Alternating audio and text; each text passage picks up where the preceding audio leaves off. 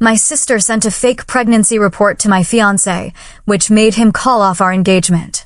She had no idea I'd been secretly paying her college tuition and covering all the house expenses. So, I stopped supporting her and walked away. You know, there are moments in life when your entire world just shatters in an instant. For me, it happened minutes before my wedding rehearsal dinner when I discovered my own sister, Stephanie, was planning to fake a pregnancy and then dramatic complications during my vows, all to steal my spotlight. But what she didn't know was that I had an even bigger secret, a truth that, when unleashed, would expose years of lies, favoritism, and hidden resentments and absolutely obliterate our family dynamic forever. Growing up, Stephanie and I had what looked like a typical sister relationship on the surface. But underneath, it was a mess. She was years younger than me, and from the moment she arrived, she was the undisputed baby of the family. Even as adults, I truly believe my parents never saw how their blatant favoritism crushed my self-esteem and poisoned our relationship. From elementary school, I was the good kid, the responsible one. I aced my classes, joined every club, and helped with chores without being asked. Stephanie, though, she could do no wrong in their eyes. She'd throw a full-blown tantrum about cleaning her room, and they'd eventually just do it for her. She'd fail a test, and somehow it was always the teacher's fault. The message was crystal clear. I had to earn every scrap of praise, while Stephanie got endless adoration just for existing. Scarlett, you're the older sister. You need to set an example. That phrase became the soundtrack to my entire childhood, a constant, painful reminder that my feelings always came second to Stephanie's comfort. Despite the emotional void, I threw myself into academics. I earned a full scholarship to an Ivy League university, studying computer science and business. My parents came to my graduation, sure, but they spent most of the day talking about Stephanie's struggles with college applications. It was like they couldn't even let me have that one moment of unadulterated achievement. After college, I landed a job as one of the first employees at a tech startup. Those early years were brutal. We're talking 80-hour work weeks, sleeping under my desk, surviving on ramen just to save every penny. But I was driven. I sacrificed everything, and it paid off. By 26, I was the chief technology officer. And by 28, when the company was acquired by a major tech giant, I walked away with enough money to never work again if I didn't want to. It was the kind of exit that made headlines, the kind that changes your life forever. The irony wasn't lost on me. My financial boom happened right as my parents' small retail business, which they'd run successfully for 2 decades, was collapsing. A perfect storm of bad decisions, economic downturn, and big box store competition had them on the brink of bankruptcy. My proud father never told me directly. It was my mother who called, tears streaming, confessing they couldn't make their mortgage payment. That night, I made a decision that would redefine our family. I would help them, but it had to be a secret. I didn't want them to feel like failures, and honestly, I absolutely did not want Stephanie to know I had money. She already had a history of intense jealousy whenever anything good happened to me. When I brought my amazing boyfriend, Mark, home for Thanksgiving that year, Stephanie's behavior was particularly telling. Mark was successful in his own right, a talented architect with his own firm. More importantly, he was kind, brilliant, and treated me with genuine respect. The moment Stephanie met him, I saw a shift. Her laugh became louder, more performative. She kept touching his arm during conversations and somehow managed to mention her single status at least 5 times during dinner. "Your sister seems nice," Mark said afterward, completely oblivious to her overt flirtation. Mark, bless his heart, always saw the best in people. "She can be," I replied vaguely, not wanting to taint his impression with my own tangled feelings. By this point, my secret financial arrangements were fully in motion. Through a labyrinth of shell companies and trusts, I was covering my parents' mortgage, car payments, health insurance, and credit card bills. I'd also set up a scholarship for Stephanie, paying for her college tuition and even her luxury apartment near campus. None of them knew the money came from me. My parents believed they'd qualified for some special financial assistance programs. Stephanie was convinced her scholarship came from a generous alumni foundation. I genuinely wanted to help them without fundamentally altering our already complex relationship, without becoming the family ATM, and without having to endure my parents praising Stephanie for getting lucky, while I tirelessly worked for everything I had. Looking back, I realize I was probably just enabling unhealthy patterns. But at the time, it felt like the kindest, most dignified solution. I was preserving their pride while ensuring their stability. What I didn't realize was how my secrecy would inevitably collide with Stephanie's deep-seated jealousy, creating a perfect storm that nearly destroyed us all. The acquisition of my tech company wasn't just successful, it was the kind of exit that reverberates through the industry. Our small team had developed an innovative data processing algorithm that a major tech giant simply couldn't resist. When the dust settled, I found myself with a net worth over $12 million before my 30th birthday. I invested conservatively, donated to causes I cared about, bought a comfortable but not extravagant house, and set aside a significant portion specifically for my family's needs. I wasn't flashy. I drove the same Honda I'd had for years and lived well below my means. Very few people in my life knew the true extent of my wealth, and that's exactly how I wanted it. When I first learned about my parents' business, I was stunned by how dire their situation had become. They were 3 months behind on their mortgage, credit cards maxed out, and had taken out predatory loans just to keep the store from going under. The weight of that knowledge was overwhelming. These were the same parents who had always lectured me about financial responsibility while indulging Stephanie's every whim. "Miss Preston, are you sure you want to structure things this way?" My financial advisor, Thomas, asked, looking concerned. Family financial entanglements can get complicated quickly. "I'm sure," I insisted. "They absolutely cannot know it's coming from me." Thomas helped me create several legal entities, like buffers, between my money and my family. We established a trust that appeared to be from a distant relative, a completely fake scholarship fund for Stephanie, and a business grant program that magically selected my parents for assistance. The paperwork was legitimate. The funding sources were all me. Within weeks, my parents received a letter about a special refinancing program that slashed their mortgage payments by 60%. Another letter arrived, offering a business stabilization grant. And Stephanie? She got notice that an anonymous donor had selected her for a full-ride scholarship, covering tuition, housing, and a generous monthly stipend. The change in their lives was immediate and dramatic. My parents looked visibly less stressed at family dinners. Stephanie moved from her cramped dorm to a luxury apartment near campus. Their gratitude was directed at faceless institutions and lucky circumstances, never at me. For a while, it seemed perfect. I was helping my family without changing our already fragile dynamic. But cracks soon began to appear. Despite having all her education and living expenses covered, Stephanie started dropping classes. By her junior year, she was barely enrolled part-time, though she told our parents she was focusing on her major courses. I, of course, received the real enrollment reports as the scholarship provider. More concerning was her pattern with relationships and jobs. She'd date someone for a few months, create some huge drama, break up, and then spend lavishly to heal her broken heart.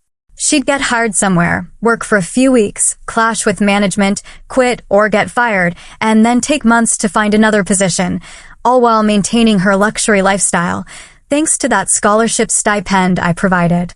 When Stephanie maxed out her first credit card at 21, I got a desperate call from my mother. "Scarlett, I hate to ask, but your sister is in a bit of trouble financially." We helped as much as we could, but with the store still recovering. I pretended to contribute a small amount while secretly paying off the entire card through my financial network. This pattern repeated several times over the next few years, with the amounts growing larger and larger. When Mark proposed after 2 wonderful years of dating, I was ecstatic. We planned a wedding for the following spring, nothing ostentatious, just beautiful and deeply meaningful. My parents insisted on contributing, so I arranged for them to receive an unexpected insurance reimbursement they could use for wedding expenses, effectively allowing them to pay with my money while preserving their pride. As wedding planning progressed, Stephanie's behavior became increasingly erratic.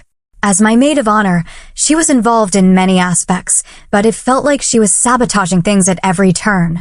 Appointments were mysteriously rescheduled without my knowledge. Deposits went missing. Vendor communications were accidentally deleted from her phone. I tried to chalk it up to her general disorganization, but a pattern was emerging that I couldn't ignore. One night, while reviewing my financial monitoring systems, I noticed unusual withdrawals from Stephanie's account. She'd visited an urgent care clinic and made several purchases at a medical supply store. Around the same time, I found evidence she'd been researching pregnancy symptoms, medical terminology, and how to create fake medical documents. A cold wave of dread washed over me. I increased the monitoring on her accounts and communications, justifying the invasion of privacy with my rapidly escalating concern. What I discovered was far worse than I ever imagined. Stephanie wasn't just jealous of my wedding, she was actively plotting to ruin it. Wedding planning should have been one of the happiest times of my life, but Stephanie had managed to turn it into a minefield of stress and doubt. As my maid of honor, she had access to everything, which gave her ample opportunity for sabotage. The first red flag appeared 3 months before the wedding. I arrived at the florist for a consultation, only to be told my appointment had been rescheduled for the following week. Stephanie had called, claiming to be my assistant, and changed it without telling me. When I confronted her, she feigned innocence. "I thought I told you. I must have forgotten to text you after they called me. Wedding brain, right?" She laughed it off, but something in her eyes didn't quite match her carefree explanation. A week later, our venue called in a panic because they hadn't received the deposit to secure our date. I distinctly remembered giving Stephanie a check to deliver during her lunch break, since the venue was near her apartment. The check had been cashed, but the money somehow never reached the venue. Stephanie claimed there must have been a mix-up at their office and offered to handle it. I later discovered she had deposited the check into her own account and used my money to make a down payment on a new car. "It was just a timing issue with my account," she explained, when I confronted her with the bank records. I was going to transfer the money to them this week. I chose to believe her, writing it off as typical Stephanie financial irresponsibility rather than malice. Looking back, I was willfully blind. The engagement party provided even more undeniable evidence of Stephanie's true intentions. Mark's brother, James, pulled me aside during the celebration. "I don't want to cause drama," he said uncomfortably, "but I think you should know your sister has been texting Mark pretty frequently. He mentioned she kept asking Mark to meet for coffee to discuss wedding surprises for you." Mark confirmed this when I asked him privately, showing me the increasingly flirtatious messages from Stephanie that he had been politely deflecting. He hadn't mentioned them because he didn't want to create tension between us. "I thought she was just being friendly," he said, looking troubled. "Should I be worried?" "No," I assured him. The worry was gnawing at me. "I'll handle Stephanie." When I confronted her about the messages, she burst into tears, claiming she was just trying to make sure Mark was good enough for me. Her performance was convincing, complete with trembling lips and wet eyes. I almost believed her until I noticed her checking her reflection in a nearby mirror to see how she looked while crying. Around this time, Stephanie began dropping hints about mysterious doctor appointments and vague health concerns. At first, she was coy, leaving breadcrumbs for the family to follow. "I don't want to worry anyone," she'd say at family dinner, "but the doctor wants to run some additional tests. It's probably nothing." My mother would immediately launch into a panic, demanding details and offering to accompany Stephanie to appointments. My father would grow quiet, his face etched with worry. The attention would remain fixed on Stephanie for the rest of the evening, any mention of wedding plans completely forgotten. During bridesmaid dress fittings, Stephanie created another scene, claiming she needed a larger size because she was retaining water due to her medical condition. When the seamstress suggested alterations instead, Stephanie became tearful. "You don't understand," she whispered loudly enough for everyone to hear. "There might be a reason I need extra room in a few months, if you know what I mean." The other bridesmaids immediately swarmed her with questions and congratulations, despite Stephanie's theatrical insistence that it was too early to say anything definite. I watched this performance with growing suspicion, noting how her eyes constantly darted to gauge my reaction. My doubts multiplied, but some misplaced sense of family loyalty kept me from voicing them. Then I found Stephanie's diary. While helping my parents clean their dusty attic, I stumbled upon it. I knew I shouldn't read it. But when I saw Mark's name and mine repeatedly mentioned, my curiosity overrode my ethics. The entries confirmed my worst fears. Scarlett always gets everything. The perfect grades, the perfect job, the perfect fiancé. Mom and Dad pretend to be proud of me too, but I see how they look at her. Now she's having this big wedding while I'm still single. It's not fair. But I have a plan that will make everyone forget about Scarlett's perfect day. By the time I'm done, all anyone will remember about this wedding is me. Another entry detailed her research into creating fake medical documents and her plan to announce a pregnancy, then complications, during wedding festivities to steal the spotlight. She'd even practiced her concerned but brave face in the mirror. I should have confronted her immediately, but a part of me simply couldn't believe my own sister would go this far. I needed more evidence. And unfortunately, Stephanie was about to provide it. As the wedding week arrived and family gathered from across the country, Stephanie's health concerns intensified. She had scheduled her dramatic revelation for the rehearsal dinner, where she would have the largest, most captive audience. I watched her preparations with a growing sense of dread and a cold, hard determination. She had no idea that I knew her plan. And she had no idea how much power I actually held over her life. The stage was set for a confrontation that would change our family forever. The night of the rehearsal dinner, I slipped a thick folder of financial documents into my purse. Irrefutable evidence of my years of support.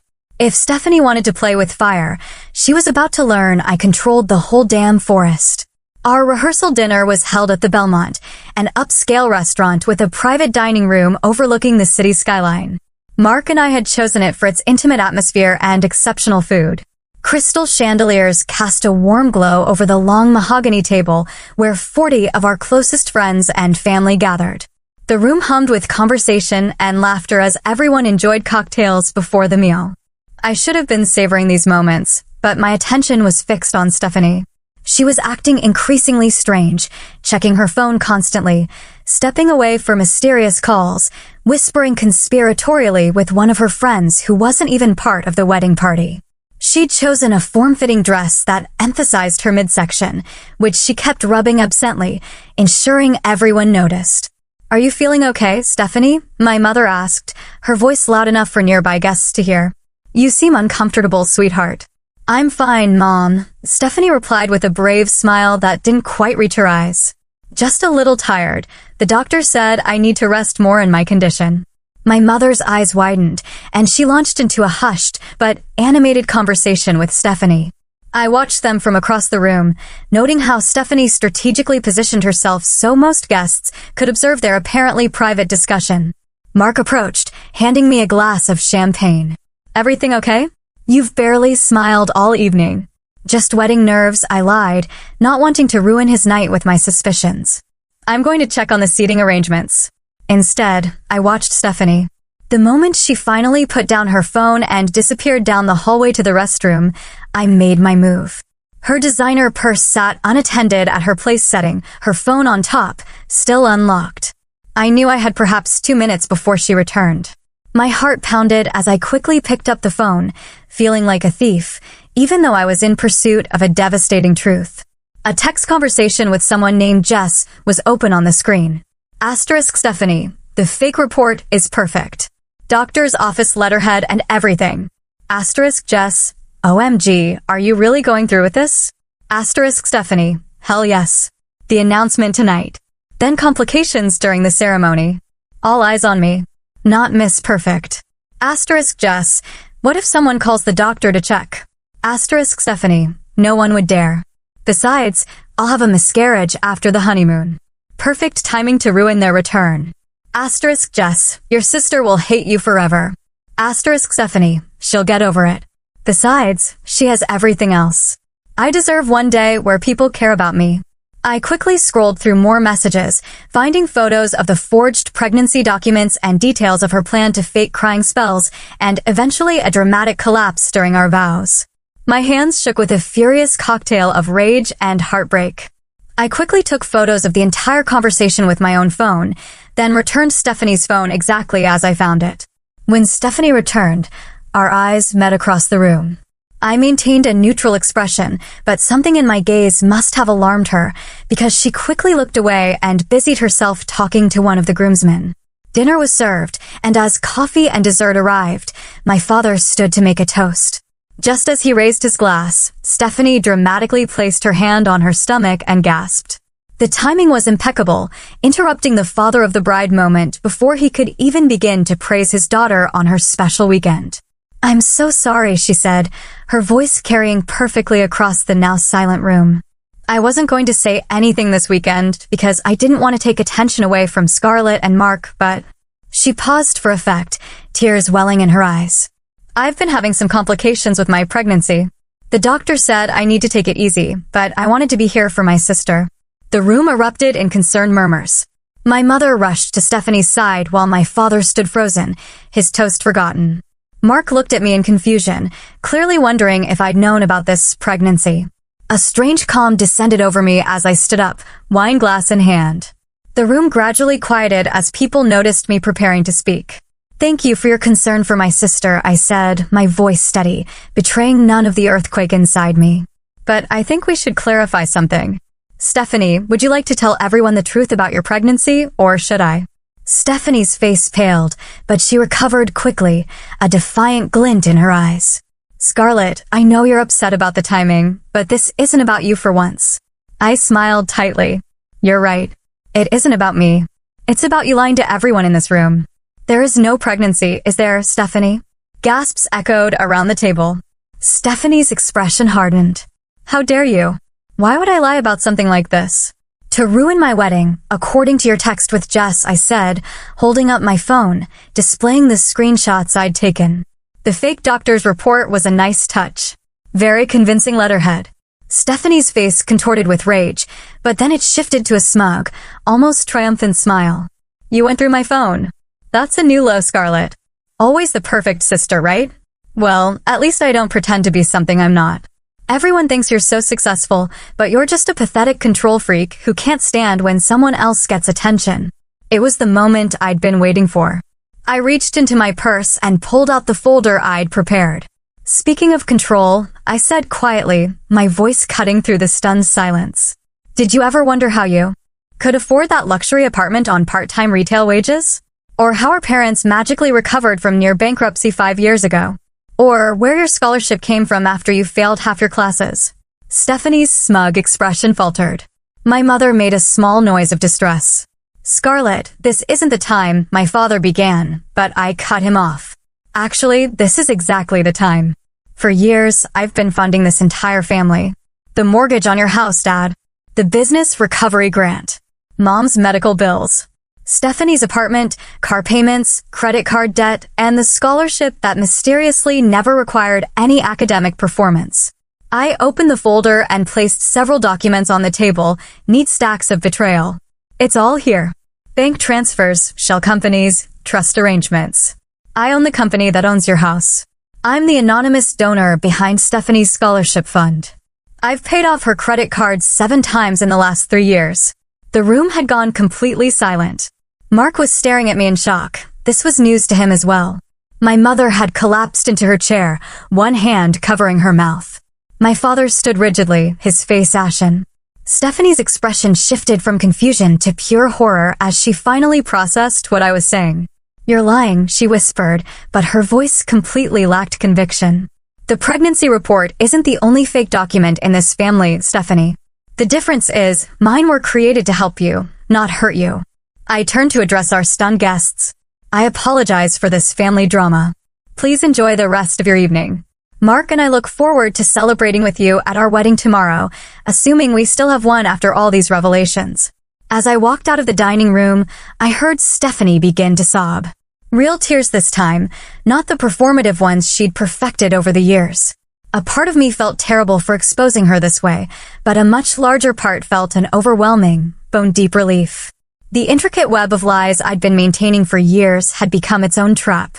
And maybe, just maybe, this painful, ugly truth was our only way forward. After I left the rehearsal dinner, I drove aimlessly for nearly an hour, ignoring the constant buzzing of my phone.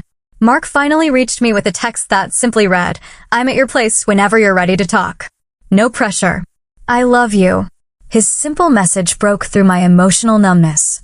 I drove home to find him waiting on the porch swing, 2 glasses of wine beside him.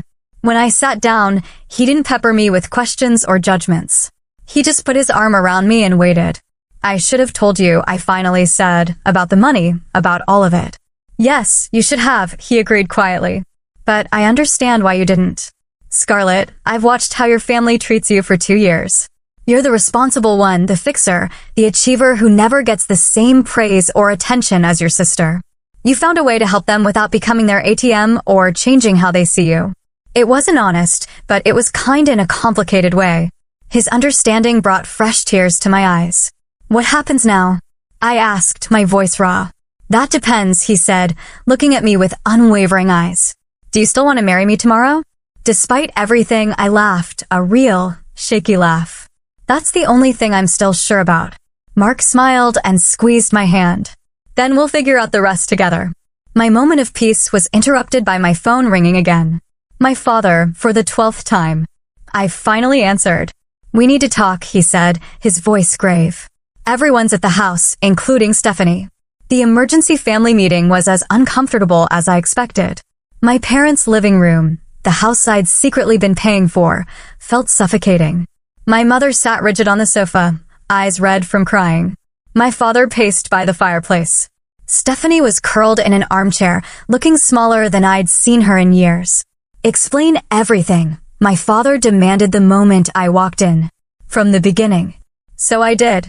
I told them about the company acquisition, the money I'd made, discovering their financial troubles, and my elaborate plan to help anonymously without changing our family dynamic. I explained the shell companies, the fake scholarship fund, the business grants, and all the times I'd secretly bailed out Stephanie. Why didn't you just tell us? My mother asked, her voice breaking. Why all the deception? Would you have accepted my help? I countered, my voice cracking slightly. Would it have changed how you treat me compared to Stephanie? Or would I have just become the family bank while still hearing about how special and precious she is? My father flinched at my words. We don't favor, Dad. Please, I interrupted, my control slipping. My entire childhood, I heard, why can't you be more like Stephanie when it came to being sociable? But never, why can't Stephanie be more like Scarlett when it came to responsibility or achievement? I paid for her apartment while she dropped out of classes, and you still praised her for her independence while asking why I worked so much. An uncomfortable, heavy silence filled the room. Finally, Stephanie spoke. I didn't know, she said quietly. About the money, any of it. That was the point. But why? She asked, her voice barely a whisper. Why help me when I've been so awful to you? Because you're my sister, I said simply. And because I thought if I removed the financial stresses, maybe our family could just be normal. Stephanie unfolded herself from the chair and walked to the center of the room. I need to tell you all something, she said, her voice steadier than I expected. Scarlett's right about the pregnancy. I faked it. I was going to pretend to have complications during the ceremony tomorrow. She swallowed hard. But that's not all. I also contacted Mark's ex-girlfriend and invited her to object during the ceremony. And I've been trying to get Mark's attention since the day they got engaged. My mother gasped. Stephanie, how could you? Because I'm jealous, okay? Stephanie's voice rose, raw with emotion. I've always been jealous of Scarlett. Everyone thinks I was the favorite, but being the favorite just meant no one expected anything from me. Do you know what it's like living in the shadow of someone like her? Perfect grades, perfect career, perfect fiancé. I'm a college dropout working retail at 26. And now I find out I couldn't even manage that without my big sister secretly funding everything. Her raw honesty stunned me. For the first time, I saw my sister not as my rival or the spoiled family favorite, but as someone who'd been deeply damaged by the same family dynamic that had hurt me, just in a different way. My father sank into a chair, suddenly looking every one of his 63 years. We failed you both, he said quietly, his voice thick with regret. Scarlett, we put too much responsibility on you and took you for granted. Stephanie, we didn't give you the structure and expectations you needed to thrive. My mother wiped her eyes. What happens now, Scarlett? Will you keep supporting us? The naked anxiety in her question confirmed what I'd always feared, that financial support was the only real value I had to them. Before I could answer, Mark spoke from the doorway where he'd been quietly observing. I think that's the wrong question, Mrs. Preston, he said gently. Maybe the first question should be how to rebuild trust in this family, not who's paying for what. I'd never loved him more than in that moment. The wedding is postponed, I announced, looking at Mark, then back at my family. Mark and I will decide later if and when we reschedule. As for financial support, I took a deep breath. It stops today. All of it. But the mortgage, my father began. You have 2 months of payments left in the account. That's enough time to figure out your next steps. Stephanie, your lease is paid through the end of the month. You can't just cut us off, my mother protested, her voice rising in panic. I can. And I am. Not to punish you, but because this arrangement isn't healthy for any of us. I've enabled dependencies that have stunted our growth as a family. My pronouncement was met with shocked silence. Stephanie was the first to recover. She's right, she said, surprising everyone, including me. This isn't normal or healthy. I need to stand on my own 2 feet for once. In the days that followed, our extended family took sides in the conflict.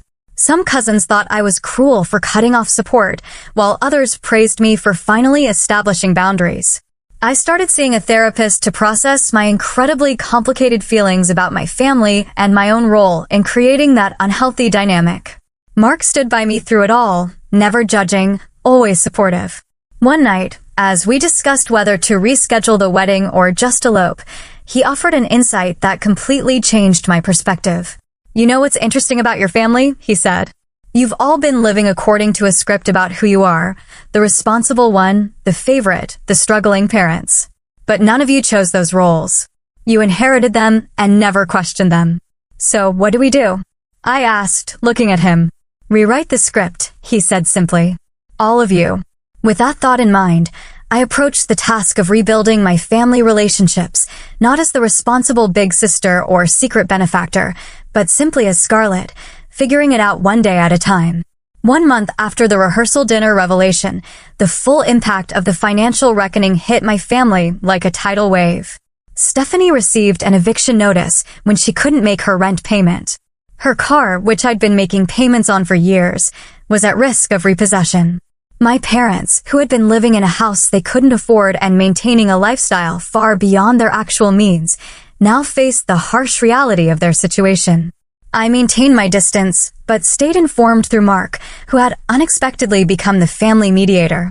He reported that my parents were arguing constantly about money, my mother wanting to ask me for help, my father insisting they needed to solve their own problems for once.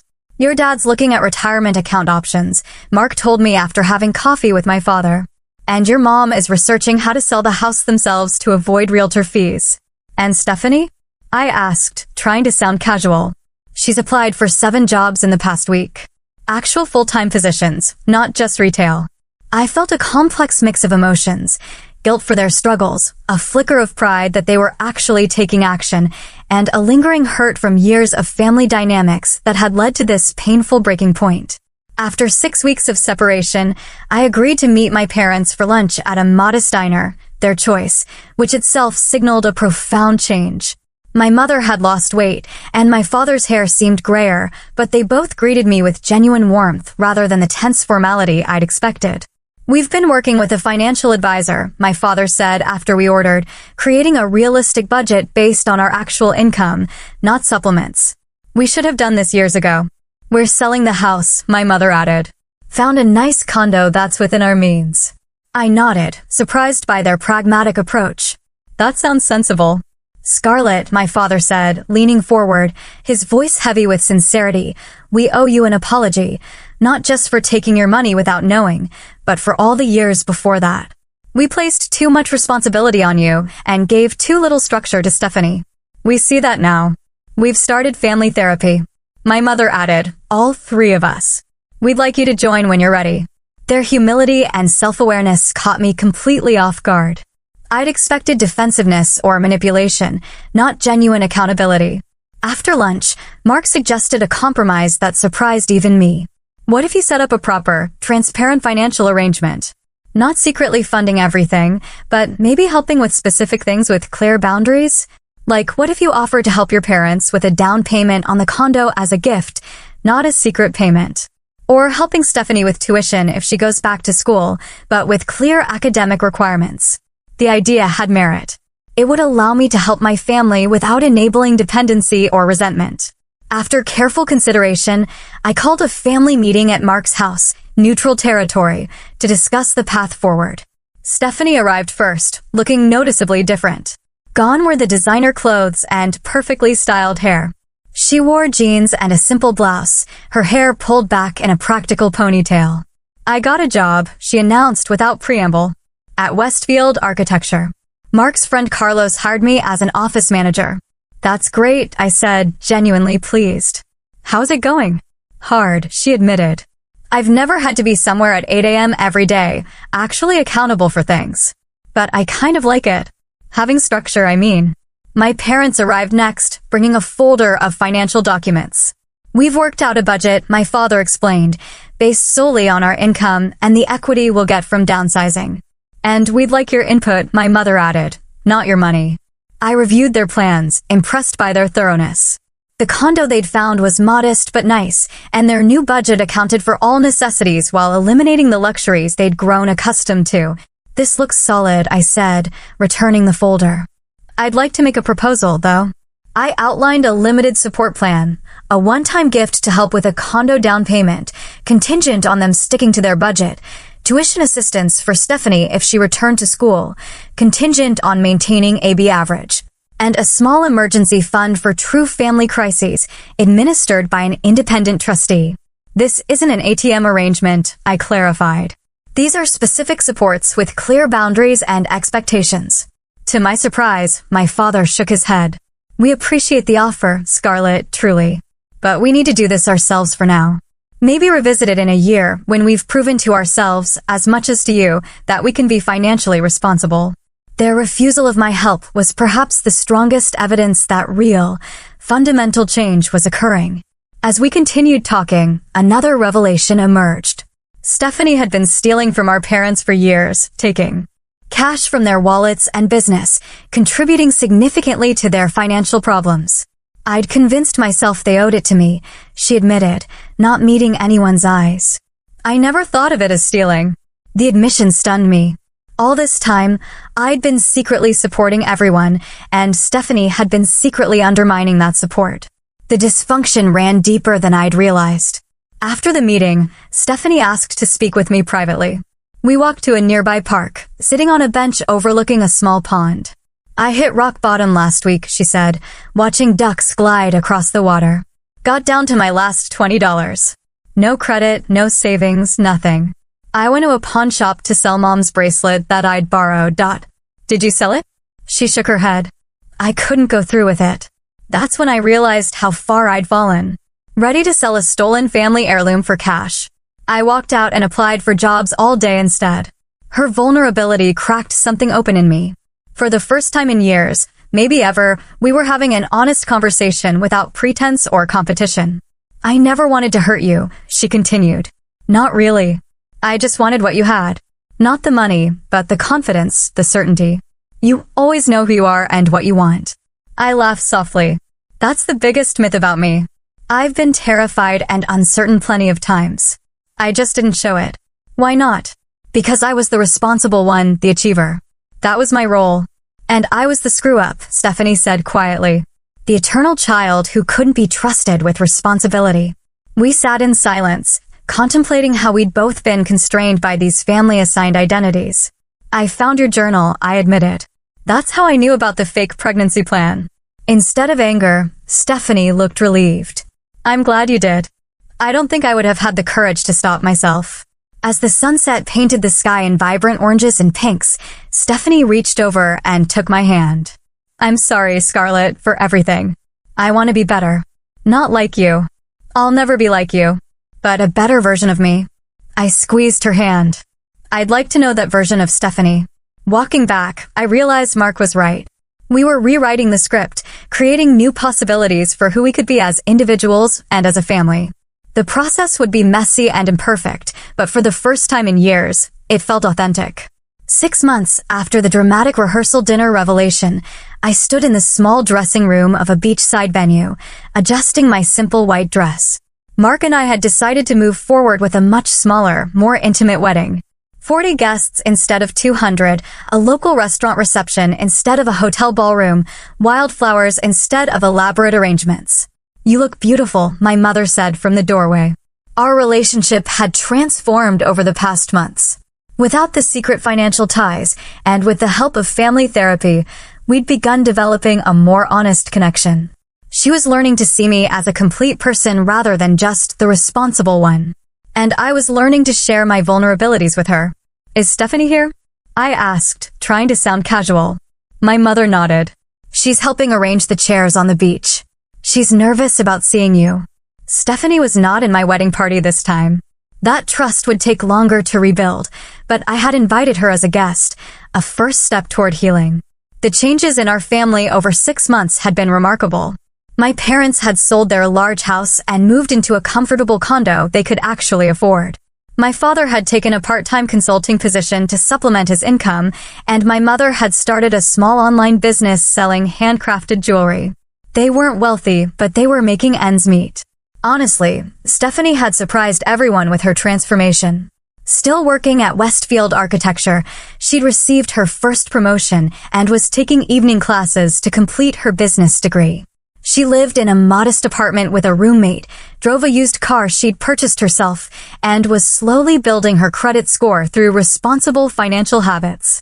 Our family therapy sessions had been challenging, but incredibly enlightening. We'd uncovered patterns of behavior that stretched back generations. My father's parents had favored his younger brother, creating the template he unconsciously replicated with his own daughters.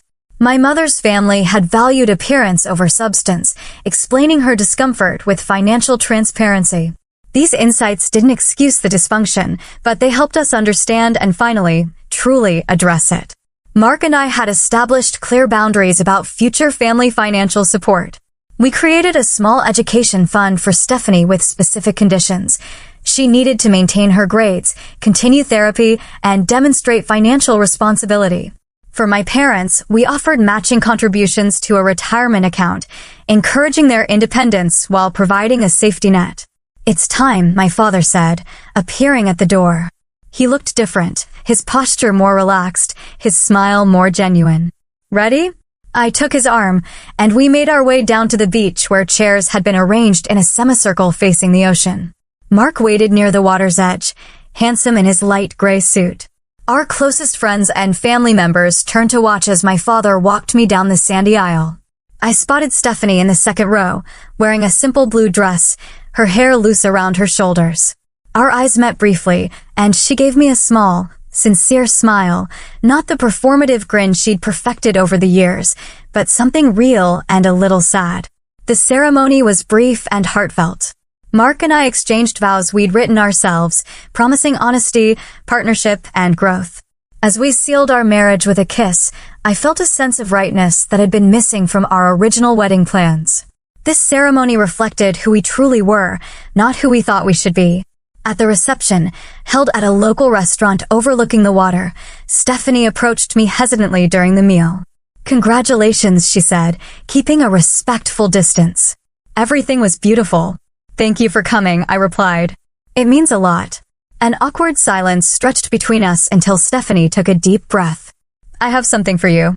Not a wedding gift exactly, but, well, here." She handed me an envelope. Inside was a business plan, meticulously researched, professionally presented, for a small graphic design company she wanted to launch after completing her degree. "I'm not asking for funding," she clarified quickly. "I just wanted your opinion as someone who built something successful." I was genuinely touched by the gesture and what it represented. Stephanie was seeking my input as an equal, not for manipulation or competition. "I'd be happy to review it," I said. "Maybe we could get coffee next week to discuss it." Her face lit up with genuine pleasure. "I'd like that." Later, during the toasts, Stephanie surprised everyone by standing and asking to speak. Mark squeezed my hand as she nervously approached the microphone. "I'm not in the wedding party," she began, her voice trembling slightly. "And there are good reasons for that. But I wanted to say something to my sister and Mark." She paused, collecting herself. "Scarlett, you've always been my benchmark, the person I measured myself against, and always fell short. It made me resent you instead of recognizing how much I could learn from you. What I've realized over these past months is that your success didn't take anything away from me. Your light doesn't diminish mine. It can help me find my own path." Tears pricked my eyes as she continued. Mark, thank you for loving my sister and for your kindness to our family even when we didn't deserve it. And thank you both for giving me the chance to be here today, to witness the beginning of your life together. She raised her glass. To Scarlett and Mark, may your honesty with each other create the foundation for a lifetime of happiness. After the toasts, while Mark danced with my mother, my father sat beside me at the table. I have a confession, he said quietly. I knew about your financial support earlier than you think. Not the extent of it, but I suspected. How? I asked, surprised. The timing was too convenient. Our business troubles easing right when your company was acquired. But I didn't say anything. He looked away, embarrassed. Because it was easier not to. I let pride and shame keep me from having an honest conversation with my own daughter. We all made mistakes, Dad, I said gently. He nodded. But we're finding our way now, aren't we? As a family. Yes, I agreed, a quiet hope blooming in my chest. I think we are. Our honeymoon was simple, a week at a quiet resort in the Caribbean where Mark and I swam, read books, and talked endlessly about our future. We discussed having children someday and how we would approach parenting differently than our own families had. We'll make different mistakes, Mark pointed out pragmatically. No parent is perfect. True, I agreed. But we'll be honest about them. No family secrets, no assigned roles, no financial deceptions, even well-intentioned ones. On our last evening, watching the sunset from our balcony, I reflected on the journey of the past year. The fake pregnancy report that had been meant to ruin my wedding had ultimately saved our family by forcing us to confront truths we'd all been avoiding. Stephanie's jealousy and my secret financial control had been symptoms of a deeper dysfunction that had finally been brought to light. When we returned home, I followed through on my promise to review Stephanie's business plan. We met at a coffee shop, and I was genuinely impressed by the thought she'd put into her concept. This is really good, I told her. Honestly, you've identified a solid niche, and your financial projections are conservative but promising. Really? Her face lit up with pride. I've been researching business programs. I want to apply for my MBA after I finish my bachelor's degree. I think you'd be excellent at it, I said, meaning it. Have you thought about applying for scholarships? Actually, yes. I've already submitted applications for 3 merit-based programs. She smiled. Real ones this time. As we continued discussing her plans, I realized we were having our first conversation as adults. Not as the responsible sister and the favorite, not as the achiever and the screw-up, but as 2 women finding their way in the world, connected by blood and increasingly by choice. 6 months later, Stephanie was accepted into a competitive business program with a partial scholarship. My parents had settled comfortably into their new, more modest lifestyle. Mark and I had bought a new house with a guest room that had already hosted each family member for visits. The journey wasn't perfect. We still had disagreements and moments of falling back into old patterns. But the foundation had shifted from secrets and resentment to honesty and growth. The sister who had once faked a pregnancy to ruin my wedding was now someone I spoke with weekly, sharing advice and genuine connection. The parents who had once unknowingly accepted my financial support now stood proudly on their own feet, with appropriate boundaries and transparent communication. As for me, I was learning that being the fixer, the responsible one, wasn't my only identity. I could be vulnerable, ask for help, make mistakes, and still be valued. The control I'd maintained through secret financial support had been an illusion that ultimately hurt everyone, including myself. Real control, I discovered, came from honesty about who we are, what we need, and how we show up for each other. And sometimes, the greatest gift we can give our family isn't money or security, but the truth, however uncomfortable it might be.